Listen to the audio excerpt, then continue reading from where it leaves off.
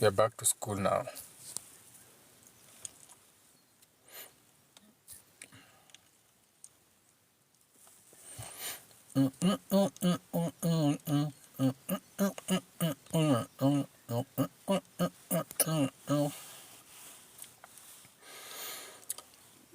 Really miss your body.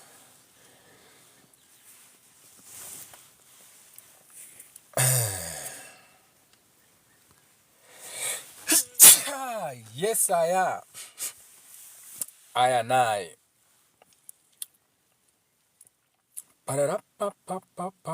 So I'm gonna give you a story of someone who's very. So let's call her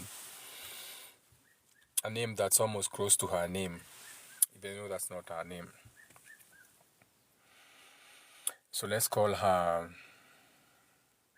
Sherry, or let's call them Miss Shelby. More interesting, Let's call it Miss Shelby. Now, Miss Shelby or Sherry. Okay, so this is a lady who's like 36 years old now. So she grew up with a father that was present, aka the father was always in the house, but he was absent. So when it comes to shadow work, or when it comes to understanding yourself, when it comes to understanding where your shame is coming from, because one of the greatest things that we have is that we have shame that holds us back. So a lot of people, and I've come to learn, because I learn from you. That's why I keep saying it's each one teach one.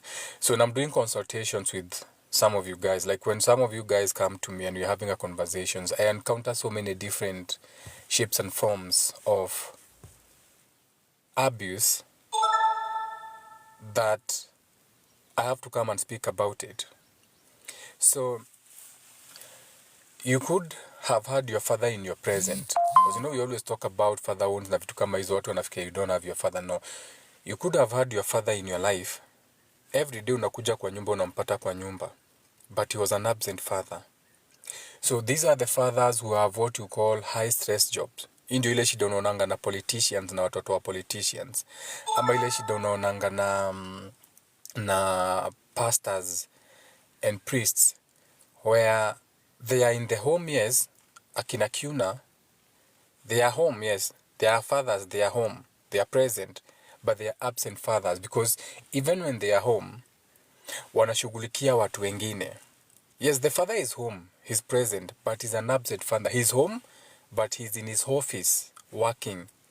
He's home, but ako huko nje anaangalia ng'ombe, anakatakatia ng'ombe dhara, anapea chakula. Ndio, the father is home, but he's absent in your life. So maybe your father has what you can call a high stress job. So he comes home, anachukua laptop, anakula akifanya kazi, especially all these IT guys who work from home. They think it's a good thing that they are working from home, but they're actually not even doing a great thing. They are home, but they are still absent. So you find that you may be in a home, shout out for the roses, and the only time you see your father is late at night when you're about to go to bed. Unamuona akiwekewa maji, ama akienda shower, ama unampata sasa hiyo ndio unamuona at 9 p.m. akiwatch news, and he can't wait for the news to be up so that he can maybe watch his own movie or zone out or Netflix or football or something. So yes, the father is home, he is present, but he's an absent father. And so this is what happens. So a lot of the children start assuming that, wait, my father has to do what he's doing to support me. My father has to pay for my school fees. My father has to pay for my house rent. My father has to provide. My father has to do all these things. And the women, the mothers also, mtoto akiuliza baba ako wapi, anaambia, but unajua babako anafanyanga kazi na nguvu sana. Si unajua babako anafanya kazi ya kulipia shule. So the mother keeps reminding you, the children, that although your father is not there to express his love, he loves you very much. So ukienda kucomplain unaambiwa una complain nini? Unajua ni watu wangapi wana baba? At least your father is home. But he is home, yes. Present, but is absent.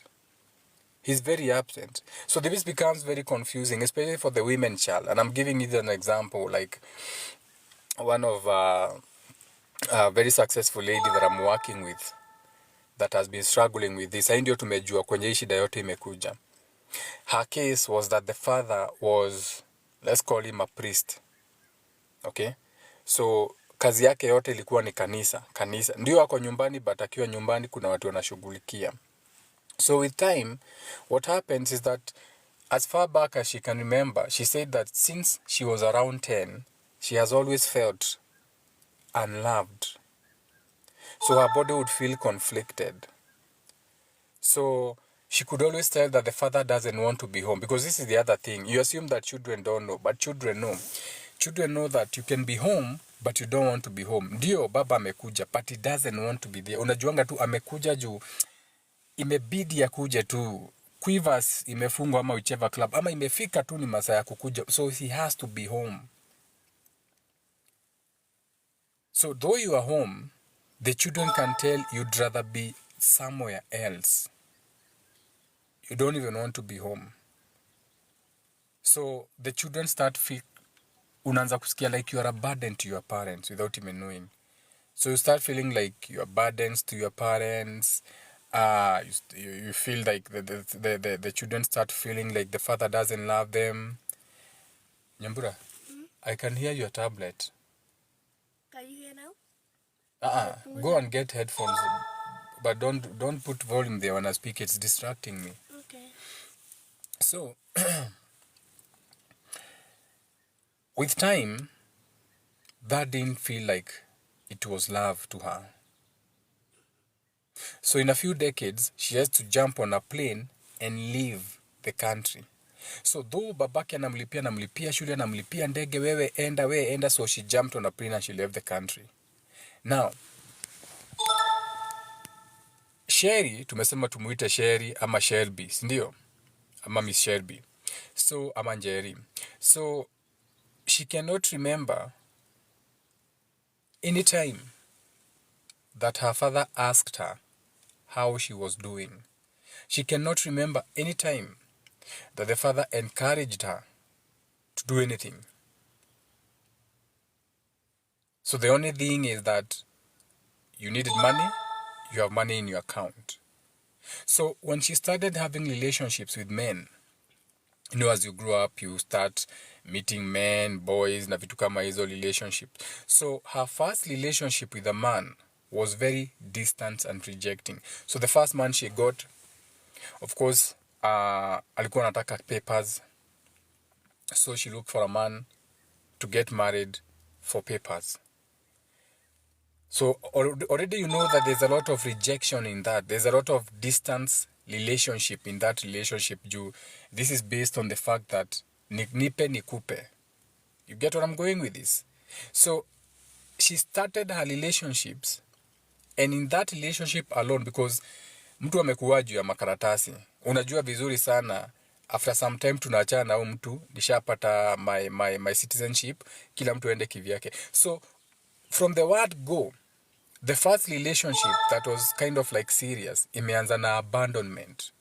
So you start an abandonment, you start a relationship with an abandonment wound. You start a relationship, but deep down inside, you know you are not worthy of love, because relationship yako imeanza juu ya makaratasi. Umeoa mtu juu ya makaratasi, umeoa mtu juu ya citizenship. So from the word go, and this is why we say, the way a relationship starts is also the same way a relationship ends. Unaona? So you are in this relationship and you are aware that I'm in this relationship for papers. I'm in this relationship for a passport.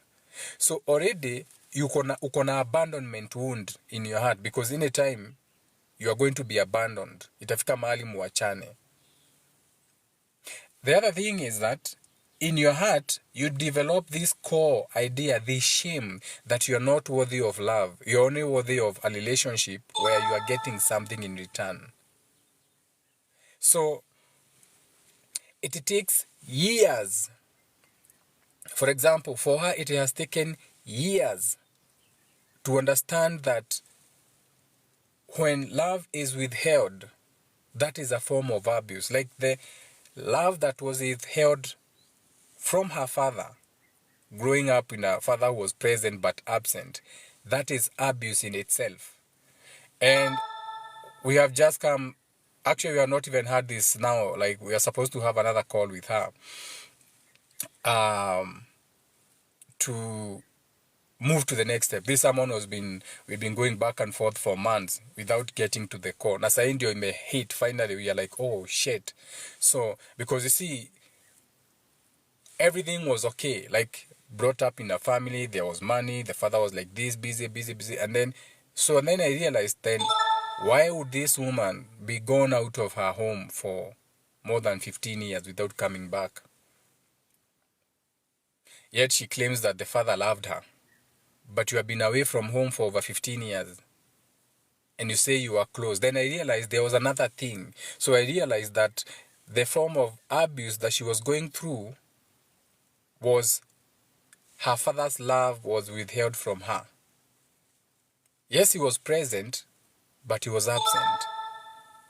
So now in her adulthood, because what she's struggling with is relationships, her wound has manifested in her adult life now. So now she doesn't have a boyfriend. Now she's struggling, like she's jumping from one man to another, because she feels that is something and she needs to settle down. But every man she's jumping into is leaving her hanging. So she's chasing love. Instead of becoming the love and attracting the love, now she's chasing. Actually, when even we started talking, she was like, I'm looking for love. I said, you never find anything that you are looking for. You never, because you are searching. So it's not there. So she's chasing, looking for the love that she never got from her father. And all these men out there are not her father. All the men she's meeting, these are not her father. So she's going into dating desperately. She wants to be loved. Now she's in a position where her things have even been thrown out by boyfriends. Anaamka nakuta suitcase na kila kitu imetupwa nje na alikuwa amekuja sleepover na ambiwa kwenda kabisa. So she's not understanding where it's coming from. Because her attachment level now onto the men is also becoming kind of toxic.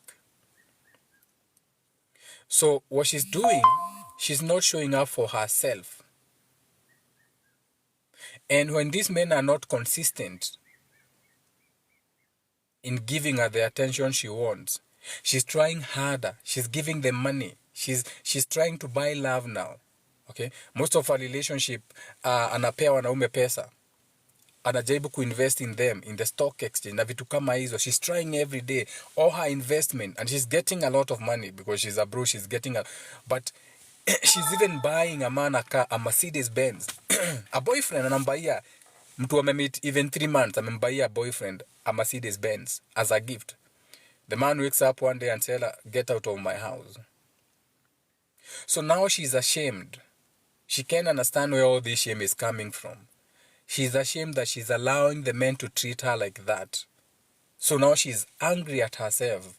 She couldn't go to work for like 2 weeks. She just stayed in the house and cried and cried.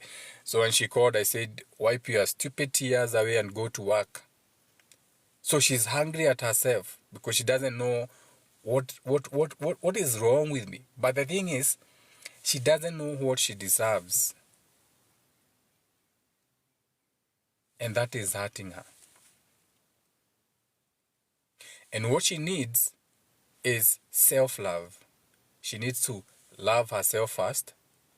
She needs to support the part of herself that needed to be emotionally connected to by a father figure. But he was present, but he was absent. So she needs to grieve.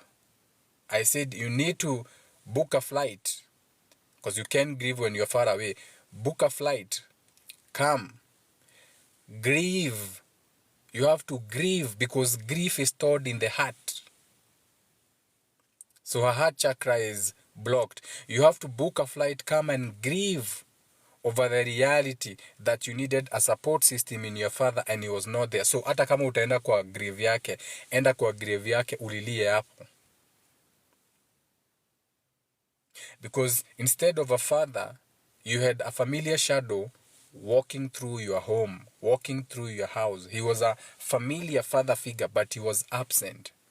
He was there, yes, present, but absent. He was always working, always away, always paying the bills. So your mother told you that that was a good thing. So she needs to come, grieve, give a name. You see that inability of the father to be there for her. She has to give that thing a name. And that name is generational trauma. So she has to shed that generational trauma. She has to start making promises to herself to show up for herself.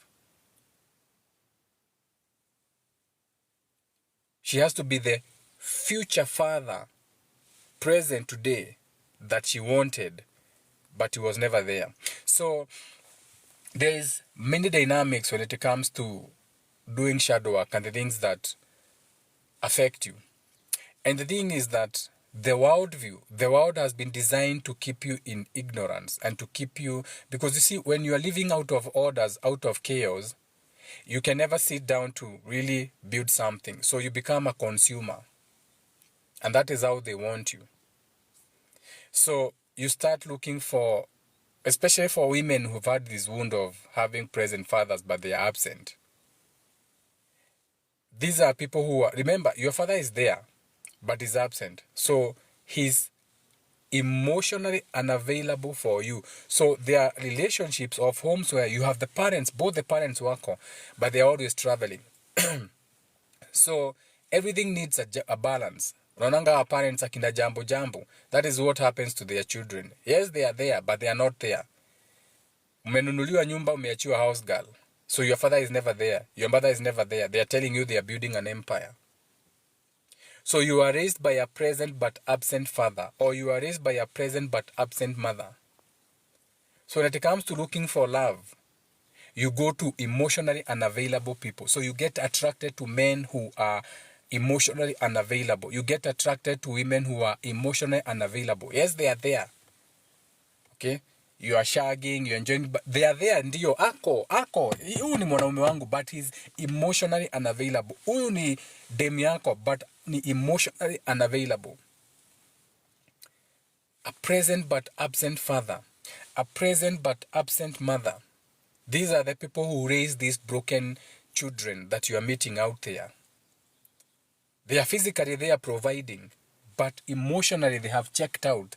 These fathers have never asked you, are you okay, my daughter? Like ile genuine, babako hataijua. Your whole life babako hajaijua kama umekasirika ukweli. Hajaijua. Your whole life babako hajaijua ukiwa sad. Your whole life babako hajaijua when you are going through something. He was there physically, but emotionally he was checked out. When he was home, ako kwa newspaper, anasoma Times magazine, anasoma Parents magazine, those millennials.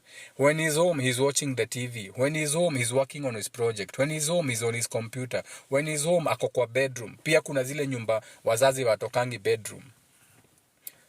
Unaenda mkiwa watoto, kuna nyumba mlikuwa mnaenda kutembea saa zote, mkicheza cheza unasikia, "Wewe mama, unajua mama ako kwa bedroom." These parents who never leave the bedroom.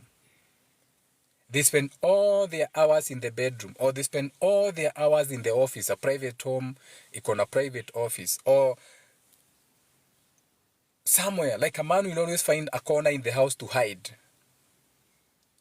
Kwanza siku hizi mmechoma sana. Mmeanza kutengeneza nyumba ziko na balcony ati flat roof. Every time ukiwa kwa hiyo nyumba ati yako wapi daddy, si unajua daddy yako huko juu. Si unajua daddy yako huko juu. Umejifanya umeweka ka pool table huko juu kakuondokea responsibilities zako za raise problem watoto. Kazi yako ni pool table huko juu.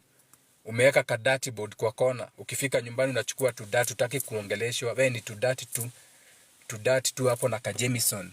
To that tu, repeating the same generational curses, the same generational trauma. Where you are always home, but you don't emotionally support your children. So you don't encourage your children to go for anything.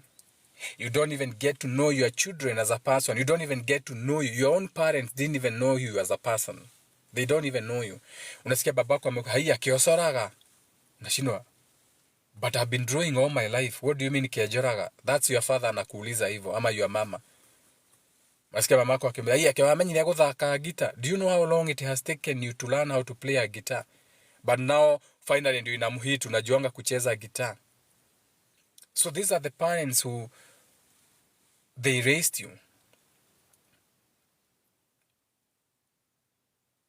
Kazi yao tu ni kukuambia usome ile kitu utakuwa. That's it. Hebu soma ufanye hii. So they never told you how much they loved you. So all your life you never knew you are valued. You never knew you mattered. Kazi yako ilikuwa tu ni ukue mkubwa uende shule. You get what I'm saying? So when that happens, you create internal conflict. That creates internal conflict. On one hand, your parents are there, either your mother or father, they are there physically. He's paying for your bills, pocket money, anything you want. Wataka gari. Yesterday we were having a discussion. One of my personal trainer that I trained, he does personal training, alikuwa ananipea story. Because you know when it comes to personal training, you become very close with your clients and they shed on you. They like sharing with you because you are like a stranger to them. So alikuwa ananipea story. We are talking about one client that nilikuwa mempea where the daughter of that client amekuwa feminist, ile mbaya. And this is a girl who has been raised with everything. Cars, private schools. Right now she's in Australia in a university na bila kila kitu. So alikuwa ananiambia sasa nini shida yao msichana ilikuwa nini bana? Amepewa kila kitu mpaka amenunuliwa gari baden. And I said wait. Just because your parents buys you everything and he has been in your life doesn't mean that he was there for you emotionally. So this girl has turned an enemy to the father. Because niliangalia post zake, where her anger is coming from. You see, wamemtuma Australia University. Already she's feeling hurt. Maybe she wanted to grow around her father, but she doesn't even know how.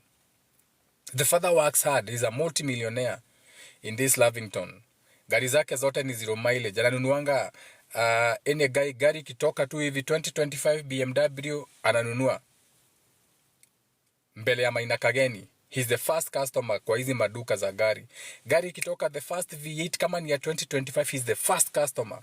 Gari zake zote anaekanga 222 ama 777. Lavington, Jumbi Road. Nikisema hivyo mwenye anajua atajua ni nani. So, though he works very hard for his family, he feels like a stranger to his children. A familiar stranger. Hi dad, hi. Where are you going? I'm flying to South Africa today. Hi dad, hi. Just came back from the Maldives. Hi dad, hi. Now I'm going to Masai Mara. Hi dad, hi. I'm going to the golf club. He actually meets his son, Muthaiga Golf Club. His son. We used to go to visit his son in Turi school. Helicopter. Hatuko naenda Turi na gari. He surprised me one day. He's like, let's go to see this child in school. I'm like, okay. Kaniambia kuja kesho mapema, leave your car, here we go. So I'm thinking, we are going to bebo na driver yake. Tunafika, driver anachukua, anashika bagadi, nashindwa tunaenda wapi. Kidogo kidogo Wilson, chopa, tunaland hapo. Turi school. School visiting, amefanya kitaling, wakachinja mbuzi tukarudi. He meets his son. His son is he's going to the UK also. He's 22 now, I think. They meet at Muthaiga Golf Club. So this boy also has started like drinking, hanging out with the wrong company, nini. Wasiwa wash because the father has money and everything. But you see now, the father is present, ndio, physically, but he's a familiar stranger. So when a child is raised in that environment, the child starts gaslighting themselves. For example, that daughter who has become a feminist is gaslighting herself. So she has started self-gaslighting. So she's denying her own valid feelings. That maybe she needs attention because she's thinking, wait, my parents are working hard. My father is working hard. My mother is working hard because the mother is also flying out all the time. So the father leaves the parenting to the mother. The mother hires yaya. yaya wa kupika, yaya wa clean room, and she settles down to give birth. Those women, sasa kazi yake ni kuzaa. Unasikia mtoto in 2025 ako na watoto 6. Ndio wanasomea the best school, but yeye ameresign to giving birth because pia yeye, she has decided the only way to find love is through breastfeeding and nurturing, because the man is not present. Ndio ako kwa nyumba, but is not there. So the whole family is watching the father pour himself into hobbies and work. So he has little energy for his siblings. So they watch the father, all his emotional energy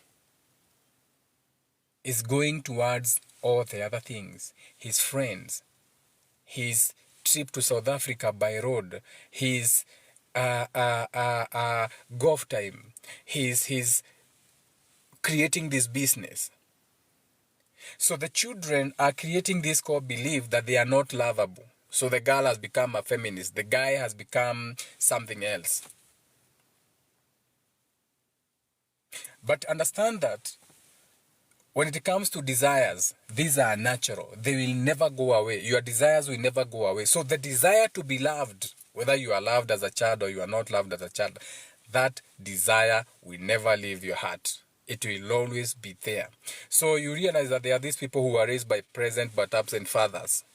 So they have a very intense, or they have a very strong drive to gain approval. For example, that girl being on TikTok, becoming a feminist, she's trying to gain approval from the people. She never got the validation from the father. So they seek for approval. Become a feminist. You seek for approval. You seek for a validation from your partners. So when you meet a boyfriend, you unataka approval kutoka kwake. When you meet a girlfriend, you want their approval. So at the same time, there's no discernment around healthy behavior. So you don't know what is healthy behavior and when you are going overboard. Why? You lack that emotionally available male model in your life. Yes, you had everything, but you lacked that emotionally available male model in your life. So before I get to that consultation, maybe today or tomorrow, so that we can go deeper, so that now she can find her solutions to know how to heal. Okay? How do you know now? Because you are watching this and maybe you could be going this. How do you know that you had an emotionally absent but present father? Because I don't just talk to people who don't have parents. I don't just talk to people who have been abandoned. No. So how do you know that your emotionally absent father was there? He was present there.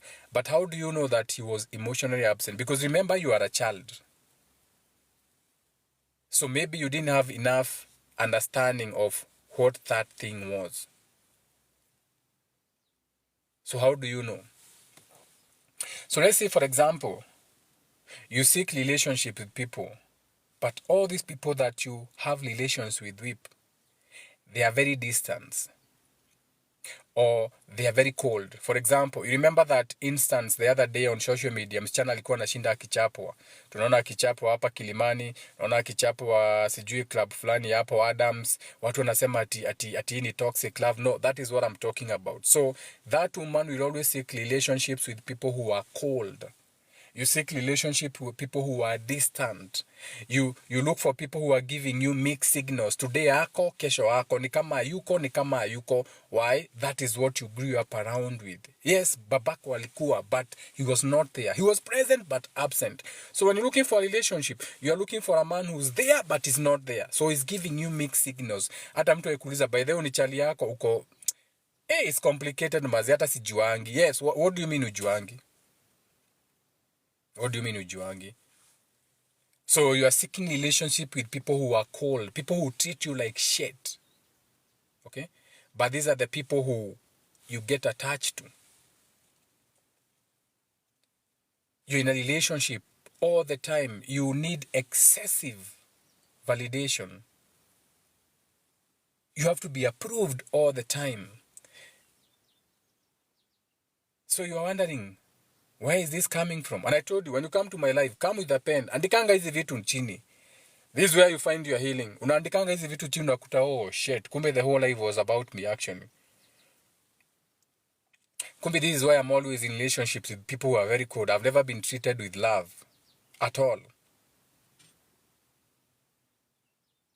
My relationships are distant. Utakangi boyfriend wa karibu. Unataka distant relationships.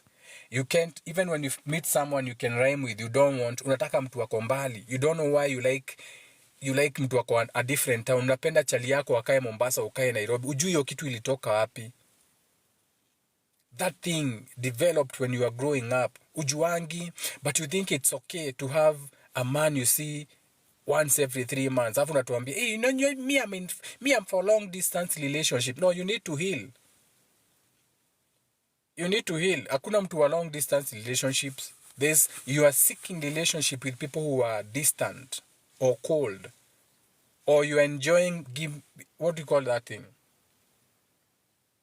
Nyambura wouldn't know. There's a name for it.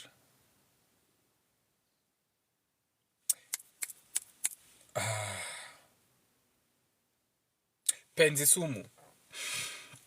Unasikia ati, mimi napenda penzi sumu. No, you need to heal. Look at your relationships. Do you struggle to set boundaries? Kazi yako saa zote ni kushinda ukiniambia, mazee kuna huyu best yangu anakujanga, mazee anakujanga anakaa hapa anashinda amewatch TV, mimi nataka kulala mpaka saa 7 inafika na mimi sijui nimwambie aje. You see, you don't know how to set boundaries. So you accept toxic friends. You accept dysfunctional behaviors. Your mom is calling you. So you accept anything to be loved. Wewe upendi hata kukunywa pombe, but you have accepted my friends wa kujange kwako. Nyumba yako ni sherehe. Hata upendi pombe, but maybe you are lucky. Maybe you have a beautiful apartment or a beautiful home. The setting is okay, the environment. Tuliukaa usiniranya mahali mtu kama Jalango. Mtu kama Jalango needs to heal. Huyu MP wa Langata nimekuwa nikiobserve page yake. That's a very wounded boy. Uliona juzi akiweka nyama, lazima tuonyeshe soja wake, anachukua soja wake picha mpaka namuuliza ati how is the nyama Jalango, nyama choma ni kitu ya kukuja kuflows TikTok. Nyama choma Jalango, who can't afford a nyama? Na hata hujachinja mbuzi, umenunua tu nyama umeweka kwa makaa. Ati unajua leo ni Christmas na tuteremushe na Johnny Walker. Jalango, heal. You see,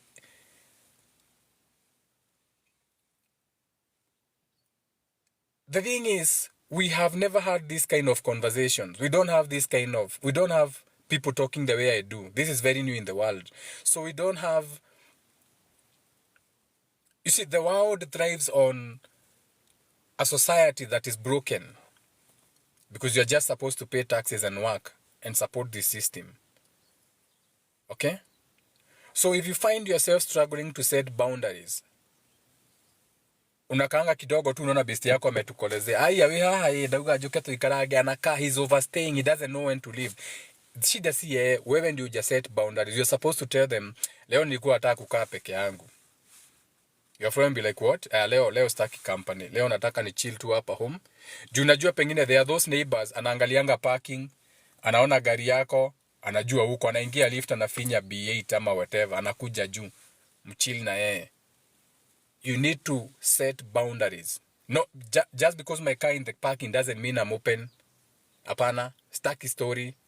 So, you don't even know where you pick these weaknesses that allow you to accept toxic. They allow you to be in friendships that are dysfunctional. Anything for you to feel loved. You accept anything to feel loved. Chama, mama wanakujanga kwako chama kwa sababu kuna vikombe mingi na sahani na vitu kama ujui ilitoka wapi. Yet it is stemmed from a young age, not because you are abandoned when you are growing up, but because you never learned emotional intelligence from a father figure. Babako alikuwa ndio, but he was not there. Or this tendency to be perfect. So you think you have to be perfect to get love.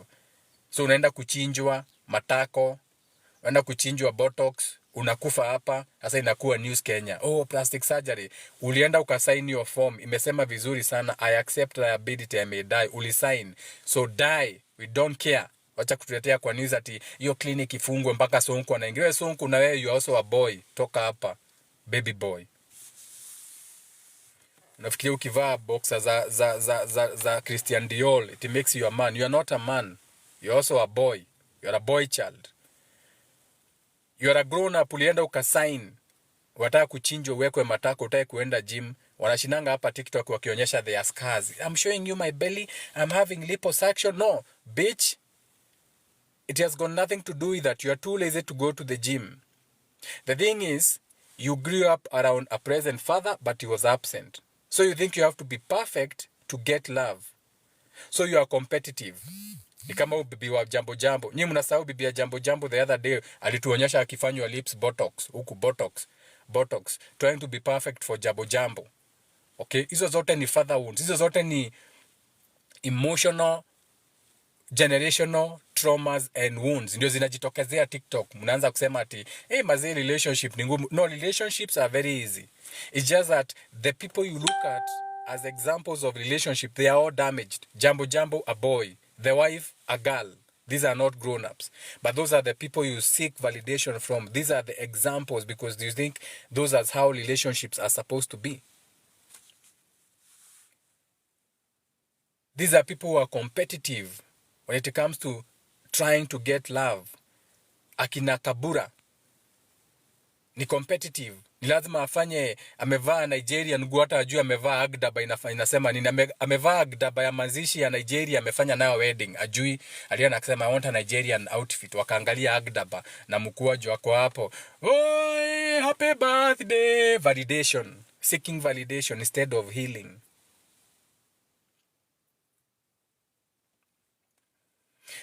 Most of the times when people do a lot of people pleasing, it's because of their fear of abandonment. Watu wote onanga TikTok, akina Kabura, akina nani wakifanya people pleasing, akina Sonko kupeana pesa streets nini, hiyo ni fear of abandonment. And it's a very difficult feeling to explain because you cannot tell people that you're experiencing an emotional abandonment. Hawezi understand. What do you mean emotional abandonment? So ulipewa kila kitu. So you had a father who was there, but at the same time, he was a million miles away. Papa was a rolling stone. Ndio alikuwa, but he was not there. So you develop that deep feeling of loneliness.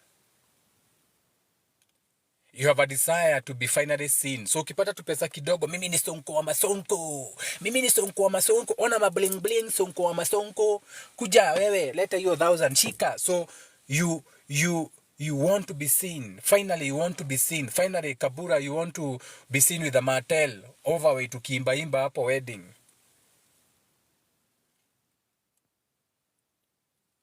But that's a natural reaction to an emotional loss. So mimi nikikuangalia TikTok naona wounded someone. I'm look at this wounded boy with his money and everything. He can't even find joy with the toys na the vieti zake. Hata apati joy.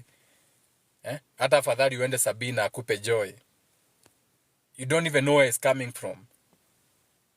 You had an emotional loss when you were growing up. And the reason why I have these conversations is because I want you to stop these generational traumas and curses. Stop these things happening to your children, if you're having children. Because now you have to be also in a place where we're even telling people, if you don't know how to have kids, it's okay. Right now, look at the madness with the parents. No one told them what to expect when they're having children. Right now, wanakaa wazimu. Vitabu, shule, wapi, they are bribing. The other day I was sitting... sometimes I'll go to a public park to sit in a public park kwenye kuna kuja strangers. Juu wanakujanga, wanakaa chini next to you. Kidogo kidogo, I know how to disappear. Kidogo kidogo, anasahau niko hapo, anatoa simu, anaanza kuongea. Guy, sukuru ireko magai headmasters, you need rathi headmasters, you ajogori na agiri twedire. Dako joera mwana kirathima. Ni ma headmasters, ndiragererie kumuthaitha. Tama kama ogorodi na twedi digathi. Na no uri ongi nake wa sukuru ingi nake ajirite ngiri 40. Ni ndirona wa ngiri 20 tari we mwega . Ndio kuruta niyo ndingiona niyo cio twandirio na 10 ndingikinya niyo ndiramenya uria ngwika mani ndiramenya na muthuri aranjire menye horo wa ciana aranjirire mwana ni nie nemetie ciana cikarega guthomera cukuru ingi menye uria ngwika niyo headmaster ndiramenya ngaigua mutumia ucio ungi akimwira thimu-ini the phone is loud ngaigua the mutumia ucio akimwira ndwarie na headmaster wega ungikorwo nduri na mbeca ndwarie nake headmaster ucio na njigua ni endete ahiki. Me, I'm there listening. I have my sunglasses, I have my headphones, but I'm not listening to anything. I'm just quiet. So parents go through a lot of shit. So in my mind, I'm thinking, is she going through all that shit just because of a baby that she had for validation? Because some people said she needed to have a baby. So a lot of you need to start healing. A lot of you need to start grieving. Grieving. Heart chakra. Grieving. Kuomboleza. You have to grieve so that you can free your heart chakras. Grieve those experiences that you grew up with. Stop gaslighting yourself.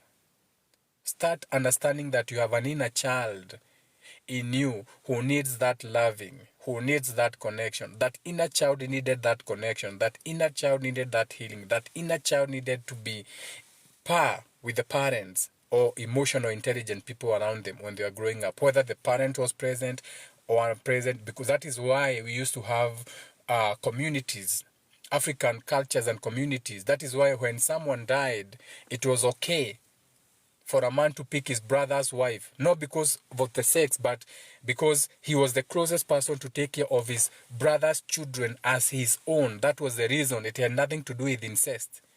But mwezi understand hizi vitu. Jumuletewa religion, bora uhai, you got confused, you have the wrong starting point. There was even nothing wrong with her wife inheritance because it was about emotional intelligence. So a lot of you, you need to start loving yourself. You see that father figure who was not in your life, become that to yourself.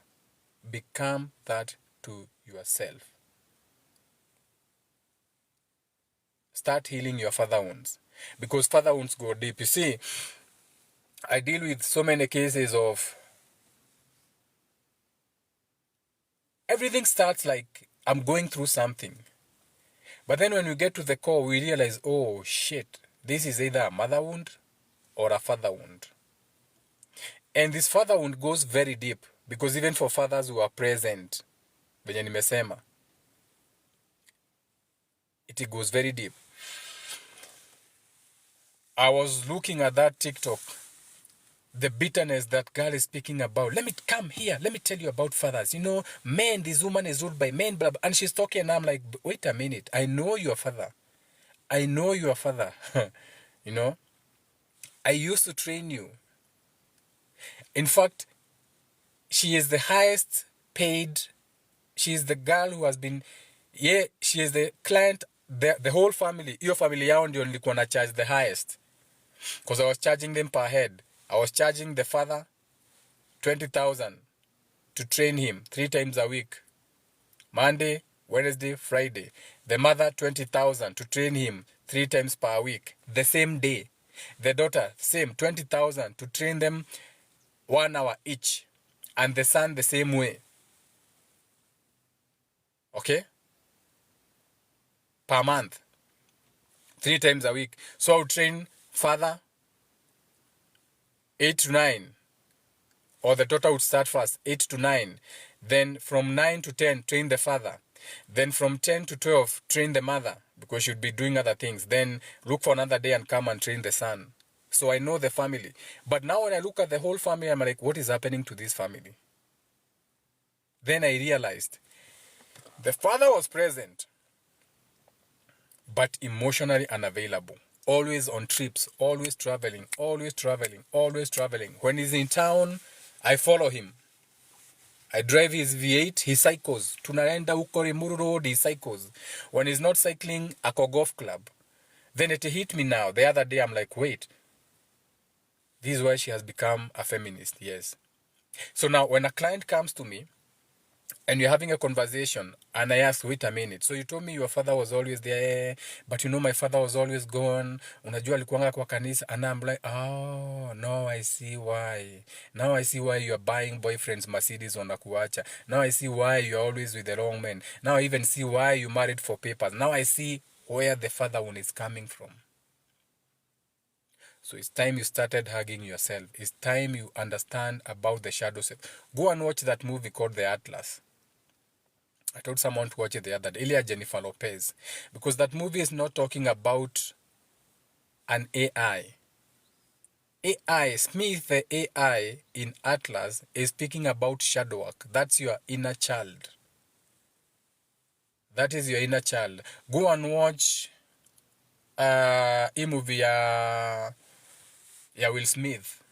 Inaitwa collateral something. Sijui kama ni collateral intelligence, sijui kama ni collateral something. Where Will Smith apparently anakuanga Melu's daughter. So he goes into a grieving moment. Kazi yake ni kutengeneza Legos na dominoes. See how men handle grief differently. See a successful man with a multi-million-dollar empire crumbling, never caring, cycling, not caring whether he's going to be knocked by a car because he cannot understand grief. Grief will kill you. And most of you are dying young from grief. And the grief is not because someone died. The grief is because you are grieving for your inner child. And these are generational traumas and curses that you have been growing up with that you never knew about.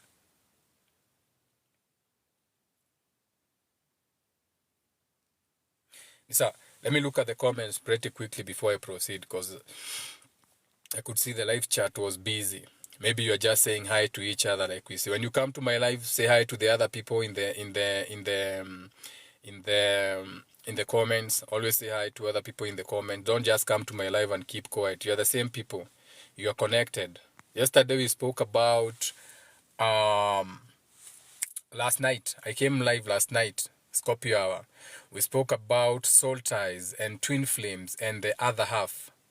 So when you come to this life, understand that most of the people you meet in this life are your soul ties and twin flames. This is why you are even meeting on this page. And some of them are even your other half. Sijasema mwanza kutafutana, but understand that. Shout out to Wanyeki for the roses. Okay? Making the life smell beautiful with the roses. Mine was worse from school, home, etc. Thank God I survived without a counselor. That's me. My hubby works in Nairobi. I live in Mombasa. I sold avid haki. Started with street business on Monday. Shout out to Rogi. Hapo kwa boundaries, I'm grateful.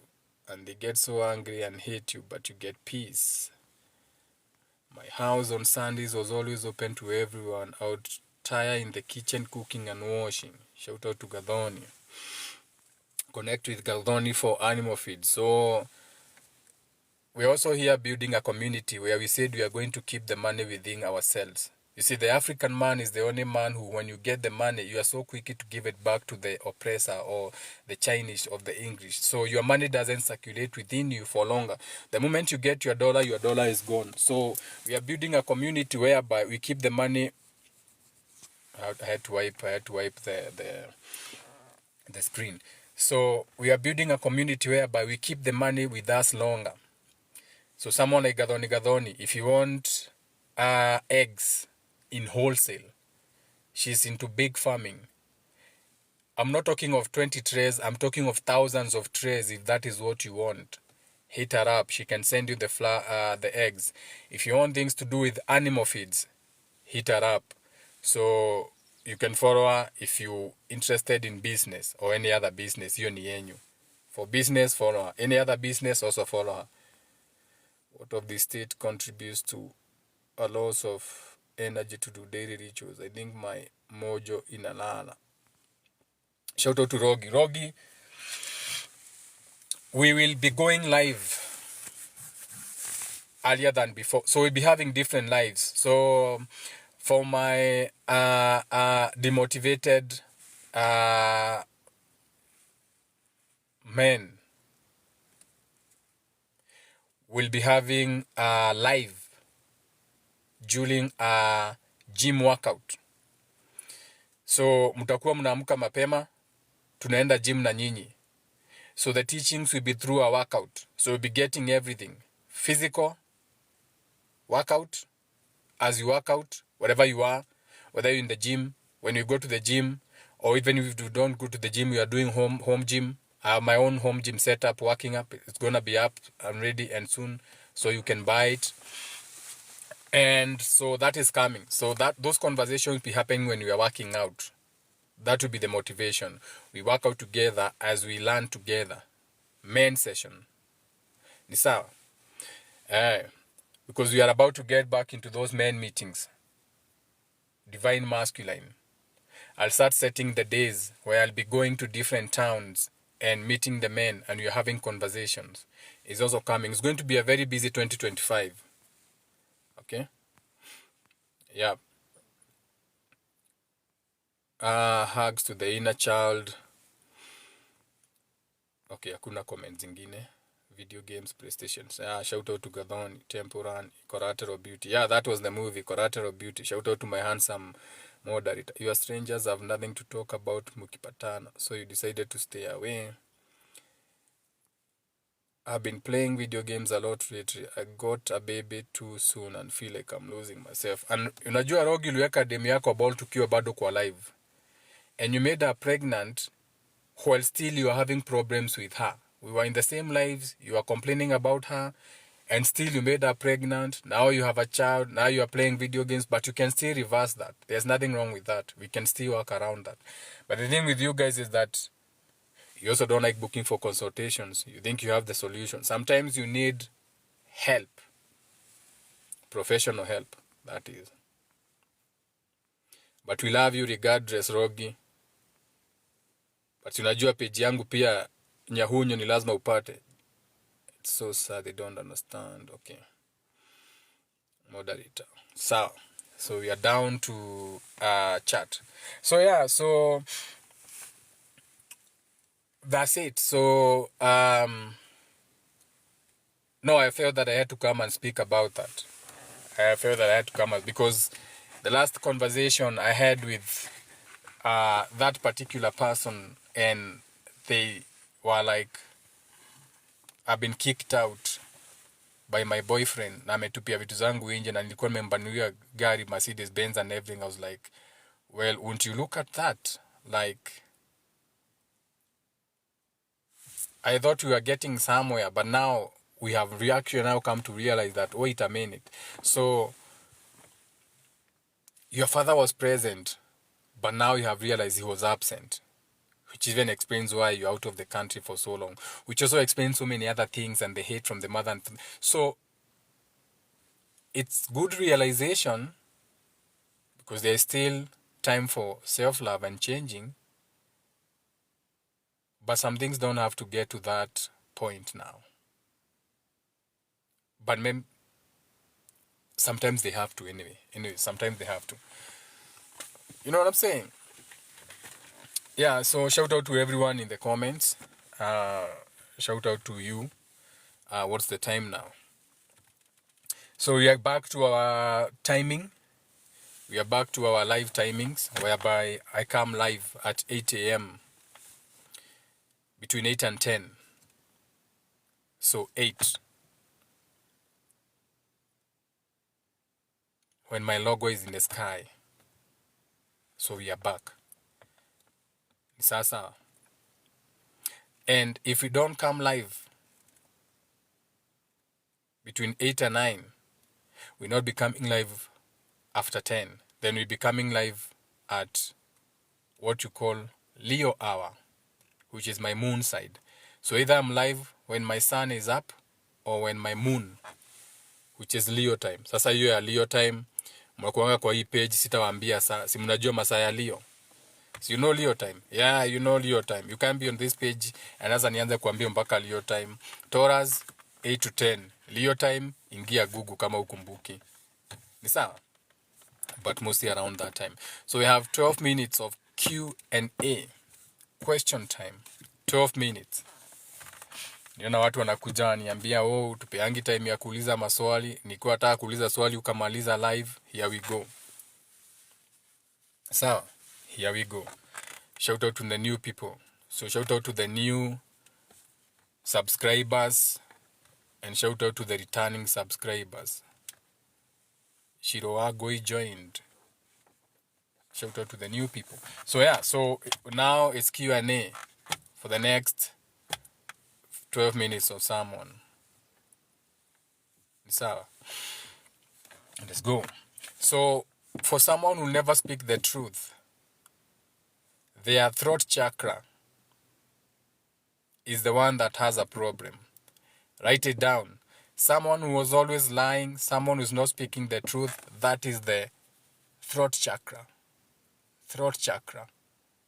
So write it down. Then maybe you can even use Google. How do I unblock my throat chakra? There, you are healed. Done. Now you are dealing with truth or them. Solar plexus, shame. Anyone who deals with shame. Solar plexus. Wait. Solar plexus. I don't have my other phone. I would have. Is it solar plexus or shame is sacro? No. Shame is solar. Or is it sacro? I think it's sacro. I may be confusing the two. Who cares? You can go and confirm. Misa, you can go and confirm. So, 10 more minutes. If you have a question, 10 more minutes. Ask a question or hold your peace. Misa, 10 more minutes. Unaweza uliza question, ikuwe ni question, ungeenda consultation, you get your answer. Ukiuliza question ya consultation, hiyo nayo itaenda consultation. Ni sawa? If you don't have a question, you can request, you can add on to something. I know everything, but that doesn't mean that you cannot come and say anything. I said I know everything, but that doesn't mean you cannot come and add or remind me, but I know everything. So you can request, add on to the conversation, confess you are a victim, confess, ongea kutoke.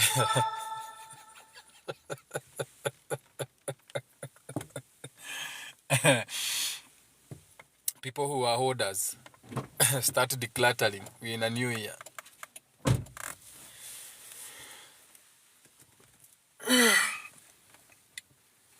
Start decluttering. We're in a new calendar year. So by the time we get to spring, utakuwa umedeclutter. I started decluttering with my daughter on Saturday. And tukafungua drawers, akaniambia, I want to give all the toys that I don't need and everything. So me, I knew this is going to be a social experiment. Let me see how much things she can let go. So you open a drawer, kila kitu anasema, no, that one I'm going to use, no, that. So we ended up throwing like almost nothing out. And I was like, won't you look at that? Won't you look at that? This shit goes deep now. Okay? I understand about extreme hoarding. Now, extreme hoarding comes from some insecurity that you developed when you are growing up. So the insecurity was one of the reasons that also brings a lot of hoarding is parentification. If your parent parentified you, so if you had siblings that you are forced to take care of in one way, shape or another, unakuta ungeenda kibarua hiyo pesa yako mamako achukue anunulie chakula as a whole. Hata babako anakula hiyo chakula na ajui kama you went and sold your pussy. So it gives you a sense of fear of wanting to have a sense of control on everything. So that forces you to hoard and buy unnecessary stuff. Uko na bilika umenunua bilika ingine. Ukiwauli ya bilika again unaona ino ni pashian bilika. Unaenda unapata ingine unanunua.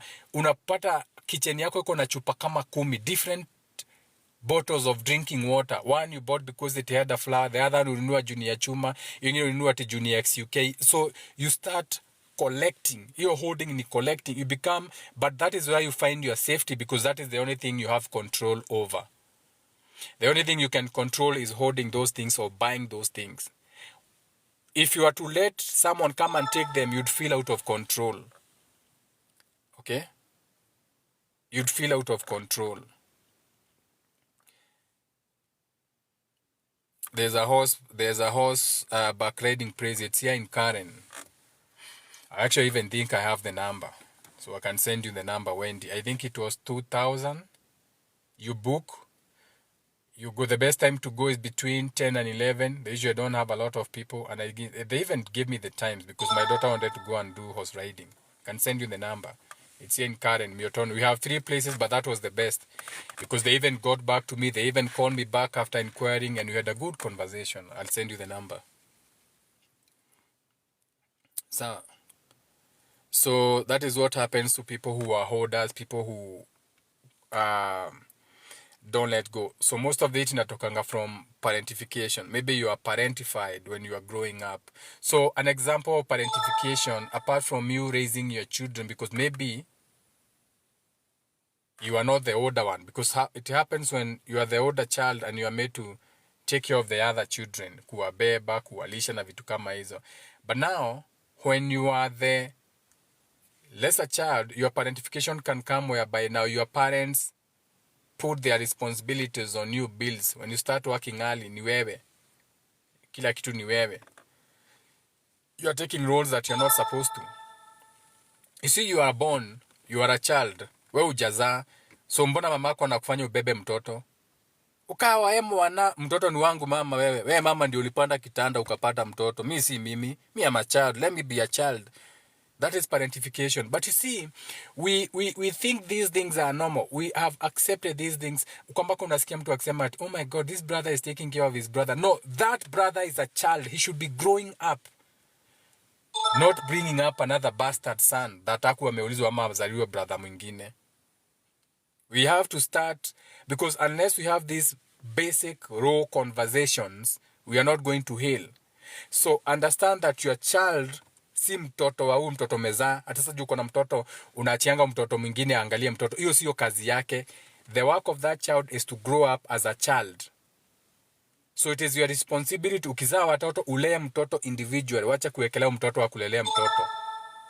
Hiyo ni parentification. Sawa. 5 more minutes and then we can end the live if amuna maswali, which is beautiful. If you don't have questions, it means you are doing okay. Sawa. Yep.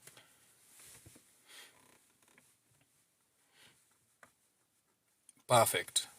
4 more minutes. My parents want me to everything for them, and 3 of us are working. Parentification. And they are also hating on you because you... And this happens when parents have what you call a favorite child. A favorite child. So ule asisumbuliwe, ndio utasumbua.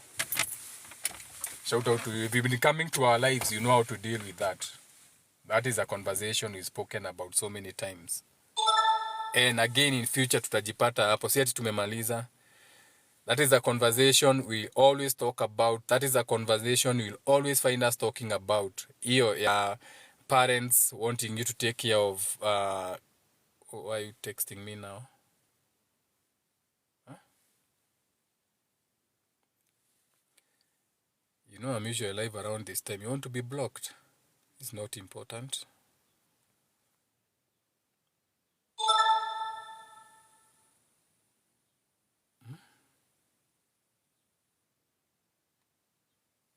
What is this about?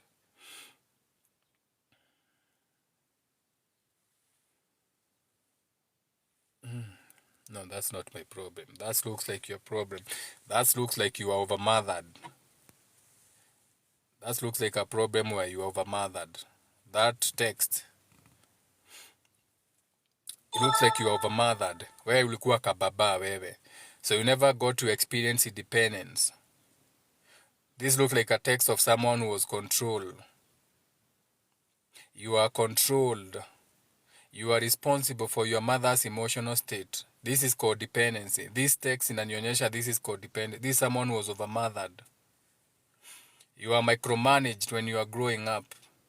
You are controlled. This is why you are struggling to make a decision. Hiyo ni decision unaweza make very easy. You're supposed to be assertive and say no. Set clear boundaries. No, this is not for you. It's a text. I reply to the text baadaye. But hiyo imeleta pia the concern of someone who's over. Now that is a text from someone who was overmothered. That happens in homes where the mother is unhappy in her relationship. So they turn to the, oh, kababa, kababa, this is my son, this is my boy. So because the mother is unhappy with the relationship with the husband or the spouse, since that support system is not coming from the man, they turn to the son. They make the son their lover. So the son becomes the way to fill the void she feels. These are women who will kiss their girls on their boys on the lips or hug them. Asa huu ni bibi ya Bahati. Shout out to Diana Bahati. Okay? So Bahati is not present. Kabahanye. That is why unaona umama analea watoto wake anavaa suruali thong, see-through, na kona son big enough to sleep with her. So an overmothered boy, they grow up hearing stuff hawafai kufeel kama watoto wa Bahati. Ukijana mkubwa. And I don't even, but I can use them as an example because some things you observe them, you're like, wait, why is this Diana Bahati overmothering her boy? Why is she making the boy feel like he is the entire world to the woman? So a man who has been overmothered, you grew up hearing, you are my entire world, my boy. Kababa, kuja kwa mama, kababa. Si unajua mama yako anakupenda. Those kind of words.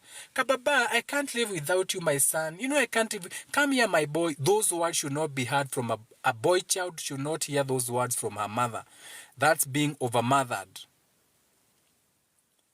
Come baba, si unajua mama akikuwa mzee ndio utakuwa unaniangalia. Si unajua ni mtoto wangu. Si unajua you are my friend. My papa, come papa. When I'm old, you take care of your mother. So you take care of your mother. A boy should not hear those kind of conversations from the mother. That's overmothering.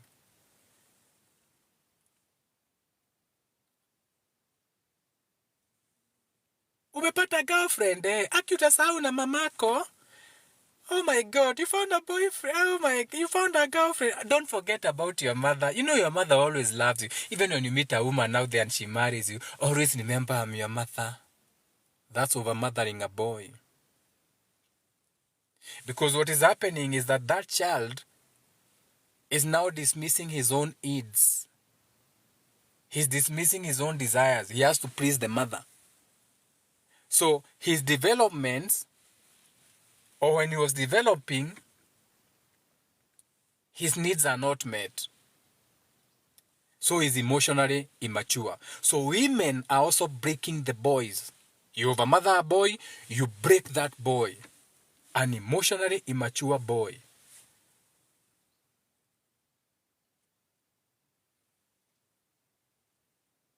So he has unrealistic expectations as a partner. Kuna mtu amenitumia text, nimesoma hiyo text, whatever ameuliza, hiyo ni kitu anafaa kujijazia afanye. Hizo ni symptoms. Huyo ni mtu alikuwa overmothered huyo. Because that means that the mother was overly involved in his choices. Ile question ameniuliza ni ile question anakaa alikuwa ameniuliza swali ni kama mimi ni mamake. So he's struggling to make a simple decision. His text is a very simple decision, but to him it's a mountain. So he's procrastinating. He can't make a decision. He's struggling to be assertive to that. He needs external validation. Sasa ameona aniulize. All the time ananiuliza vitu hafai kuniuliza. That's someone who's overmothered. Story for another day. Huyo ni yule mtoto ana growing na responsibility ya kuplease mamake. Your mother's happiness comes first. On one hand, you love your mother very much. On another hand, you don't want anything to do with your mother because she is a burden to you. My son, uko wapi ukuje nipeleke chama? My son, hiyo gari yako niliona ni gari mzuri, si ukuje unipeleke mahali. My son. So now the boy becomes a drunkard to avoid going to the mother. Now he sinks into depression, self-sabotage. The more he becomes successful, the more the mother needs him. So without even understanding, anaanza kuself-sabotage. Ndio mamake aone anafail asimuhitaji, but the more the mother needs him. Or this is even what makes men go into those dysfunctional sexual behaviors. Unawapatanga kwa club saa zote. Those gentlemen club. There are those days when you used to go there. There are those men ni lazima ungewapata huko. Ni kama every day wako huko kwa kinyumba. Because the sex he wants that sex worker to fulfill a position where she is in his life all the time, like how his mother used to be in his life all the time. Ndio mnaitanga passive aggressive. When you wamesoma sana, let me just use your language. Passive aggressive men. That of a mothered man. The only time he can start healing is when he raises himself. The only time he faces the reality that his mother-son relationship was stunted, and that may take forever. Because that takes to be fully emotionally healed. That may take forever. That may actually never happen. So he may end up with a man who's overmothered all his life. Ni sawa? Sawa. Let me end this live now. Let me see if there's a question. Then I can end this.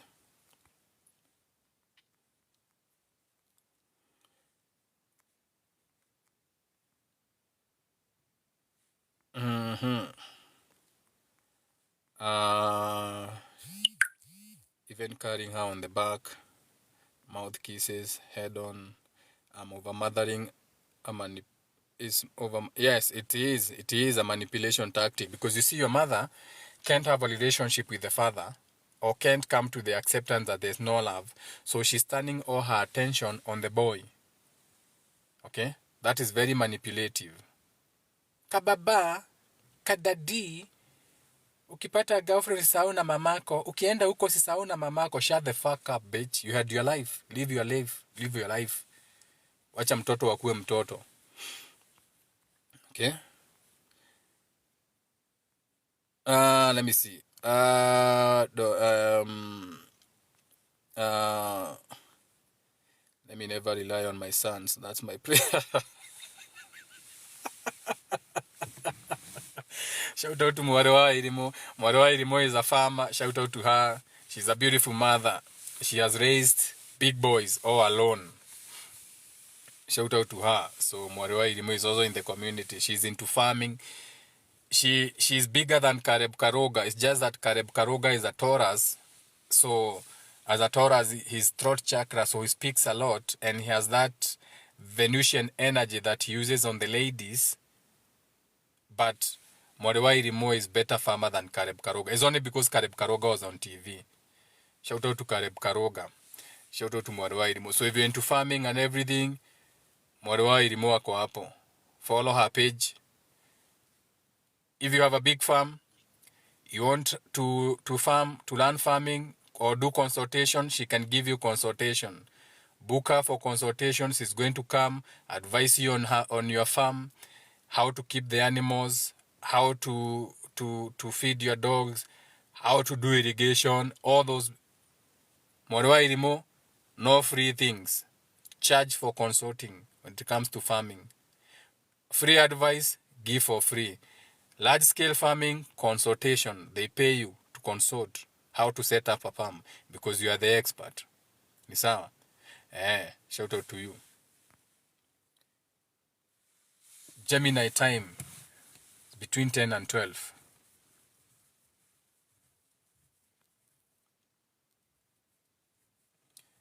Sawa. So if there's no other question, 2 minutes remaining. I keep adding these minutes. Just 2 minutes remaining now. And then we can end the live. Then we can catch up tomorrow. I have to end the live. Today I had to come in early before Gemini because I have consultations from 11. I have tarot card readings from 11. one-on-one, private. I don't do tarot for everyone. I don't do divination, okay? Skaika hivi chini nasema ati Jenga Mudhaka is doing divination. I don't do divination. But we can do tarot cards, but no divination. I'm not going to tell you your future. Even if I can see the pattern on where it's going, that's not me to tell you. Because you are going to start living your life a certain way to meet that. And life is full of surprises. Natoka kwa nyuma na shati kunanyesha. Stop calling me when I'm live, wewe. Jenga, how did you heal your inner child? You had a counselor. No, me, I'm still healing. I didn't heal my inner child. I'm still healing. Where the last time I spoke about, see, at a month Jaisha. See, we went to some retirement party the other day and I broke down at the retirement party. I was crying through my sunglasses. Hata munjiru hapujua. I'm still healing my inner child. I'm not, shadow work is not total. You can't wake up one day and you're like, oh, I'm healed, I'm done. No, it's continuous. But it's good when you keep seeing these things because you keep getting better and shedding. So you stop victimizing yourself. You stop beating yourself too much for things that have happened to you. So you get to a point where it will be, every day will be a good day. Like the things that used to trigger you, they no longer trigger you. You just be looking at them like, there was a time this used to trigger me. Today it's nothing. So that is how it happens. So, and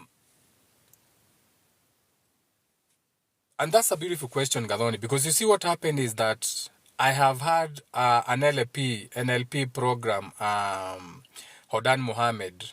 You can search for Hodan Mohammed. She used to work for Oracle, big company, before she quit to go into NLP programs. When I went to see her, she was my client. I was training her personal trainer. But when I used to train her, she actually thought that I was an NLP doing it through personal training. So what happened is that she started getting mentoring from me. But remember, she's the one who has done the NLP. I think she paid almost like 5 million Kenya shillings for certification because she did it with that American guy. Ujama ameandika vitabu. This guy was big on NLP. The guy with the hoarse voice used to play baseball. What's his name?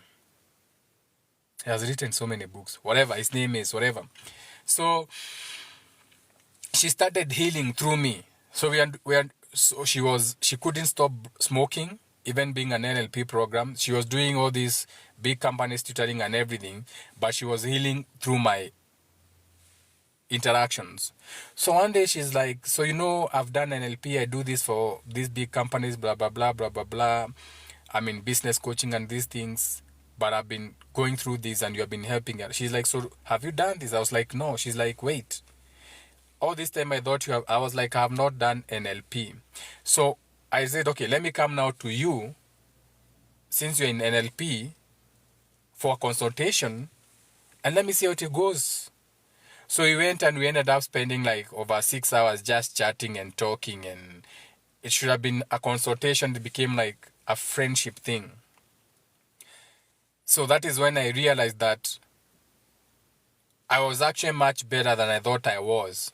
I thought I was in a bad state. I was so much ahead. And then I realized it's because I've been putting efforts each and every day to become a better version of myself. That is why every time we meet, if you ask me how I am, I'll tell you I'm better than yesterday. Because truly I'm better than yesterday. Even when we meet tomorrow, I'll be better than I am today. I'll have learned something new today. Or I'll have reflected on something and have created a new mindset around it to deal with it. So that's how it happens. So shadow work is every day. Okay? Every day. So do have a beautiful day.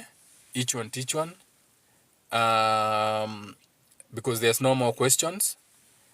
2 new messages. Shout out to Mwarewa Irimo for the roses.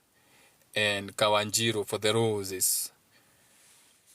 Shout out to everyone who came. Each one teach one. Teamwork makes the dream work. Tomorrow is Tuesday, Thursday. So tomorrow we'll be talking business and education, because we'll be talking about all the 5 pillars. We all know the 5 pillars. So tomorrow we'll be talking your education for your children, and why some of you need to start rethinking the education you are giving your children, hata kama the government is not changing everything, because the government is not coming to help you, neither is the church coming to help you. We have our own. We are our own people.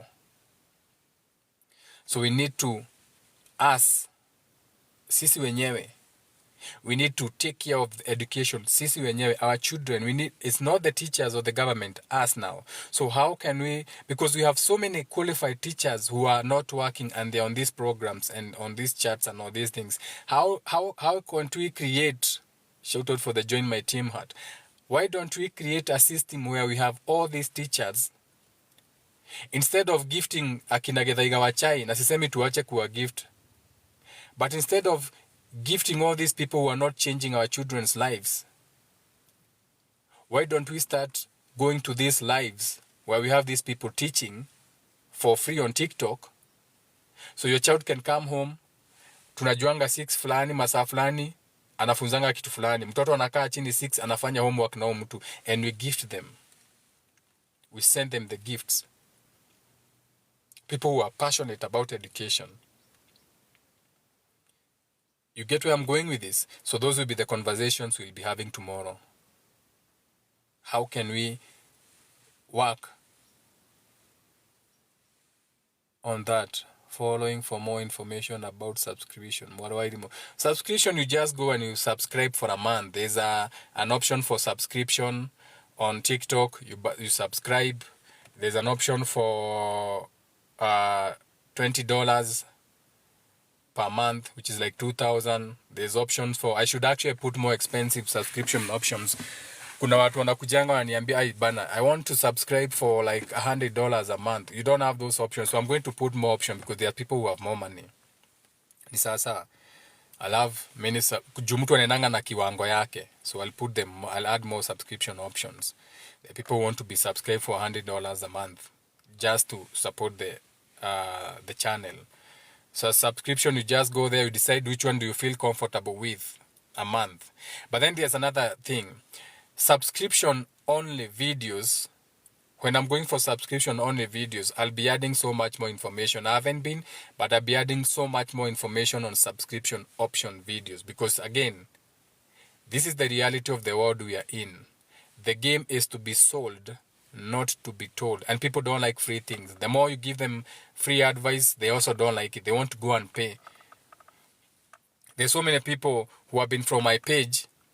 Then they paid for counseling, 40,000, 50,000. It didn't work. Then they came back and they said, unajua hata hiyo pesa nilipeleka huko hata fadhali ningekuja tu consultation. I'm like, but people don't like free things. I understand that. But then again, we do it for God. Sasa, not the kind of God you are thinking about. Hapana. Na before nitoke juu nimeona watu wengine wameingia, shout out to Washira. Washira, this coming Sunday, we are back to Soul Group. The first Soul Group for 2025, the calendar, preparing for the new year in Aries. Unajua new year starts in spring. So this Sunday, first Soul Group meeting, physical, again, the way we used to do it. So mark your calendar this Sunday. We are going to have one. So Washira and your group, when walikuwa nasema wataka kukuja, kujeni kwa hiyo group. Today I haven't seen her in the space. Wale watu wa Rimuru walikuwa wamesema group ilienda wapi, come back. It will be in Kikuyu town. I don't think we are going to fit in Mams, so I'm looking for another location in Kikuyu town. Junaona tutajaa Mams sana. That room is small for us. And also the fact that Mams were used to meet, the kitchen will be below. So wakipika, whatever they are cooking, we have to find. So there are so many new places that have come up in Kikuyu. So, but it is this Sunday. I'll actually make a poster and I'll speak about it tomorrow and the whole of this week before we get to Sunday. So Sunday we have, I've been to Crave Kitchen Rogi. That is where we started years ago. So group meetings, we went for 2.5 years without failing. Twice a month. 2 Sundays a month. without failing for 2.5 years. Washira anaweza kuambia he came for the 2 years every time. Kuna mtu anauliza how much. You see, you only care about how much it's gonna cost you. It's not charged. It's a donation. It's 500 shillings donation because what you're getting is not even worth it. It's 500 shillings donations. Why? Because kama ni conference room, I have to pay for the conference room. Nothing is for free. So I'm not charging you. That money is for those things. And most of you remember, even when you used to go to moms, tulikuwa natoka moms, tunaenda club. Tunatoka moms, tunaingia 254 and have sherehe. It's 500. See you on Sunday. Do have a beautiful Monday. Ciao, ciao.